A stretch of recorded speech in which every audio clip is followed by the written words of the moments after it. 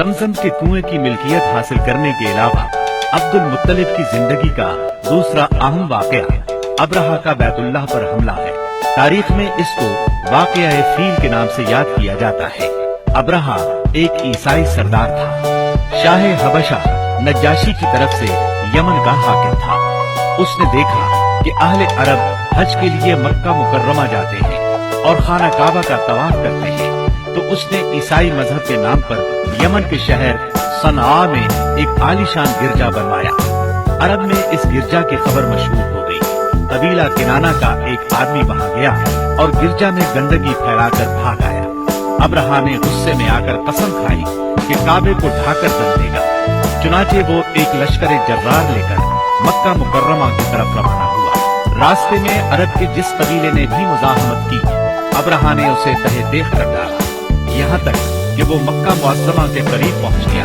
वहाँ के लोगों को अपने इरादे से खबरदार करने के लिए उसने अहले मक्का के जानवर पकड़ लिए। इन जानवरों में अब्दुल मुत्तलिब के 200 ऊँट भी थे। अब्दुल मुत्तलिब को अब्रहा की चढ़ाई की खबर मिली तो वो खाना काबा की दीवारों से लिपट गए और रो पड़े।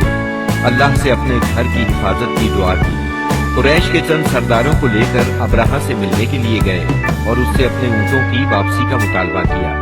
अब्रहा उनकी बात सुनकर हैरान हुआ और बोला, तुमने अपने ऊँटों की वापसी की तो बात की, काबे के मुताल्लिक एक लफ्ज भी नहीं कहा। मैं तो यहाँ काबे को ढाने के लिए आया हूँ। अब्दुल मुत्तलिब ने जवाब दिया, ऊँट मेरी मिल्कियत है, इसलिए उनकी रिहाई के लिए चला आया। काबे का मालिक अल्लाह है जो अपने घर को बचाने की पूरी ताकत रखता है।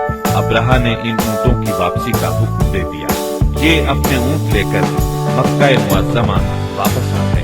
60-70 हजार का लश्कर था और उसमें 9 या 13 हाथी थे। इस लश्कर ने आखिर मक्के पर चढ़ाई की। लश्कर मक्के के नजदीक पहुंचा तो महमूद नामी हाथी ने मक्के में दाखिल होने से इनकार कर दिया और वहीं बैठ गया। ऐसे में अचानक बाहर कुलसुम की तरफ से परिंदों का टिड्डी दल नजर आया।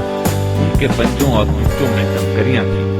जिन सिपाहियों पर वो कंकरियां पड़ती, उनके आज़ा कसना शुरू हो जाते। इन कंकरियों के गिरने से अब्रहा की फौज और हाथियों का जो हश्र हुआ, वो बिलाशुबा तारीख आलम का एक निहायत हैरतनाक बात है। खुद अब्रहा मुश्किल से गिरता पड़ता सनआ तक पहुंचा और निहायत दर्दनाक अजाब में गिरफ्तार होकर यमन में मरा। अरबों के यहाँ उस साल को आमुल फील कहते हैं।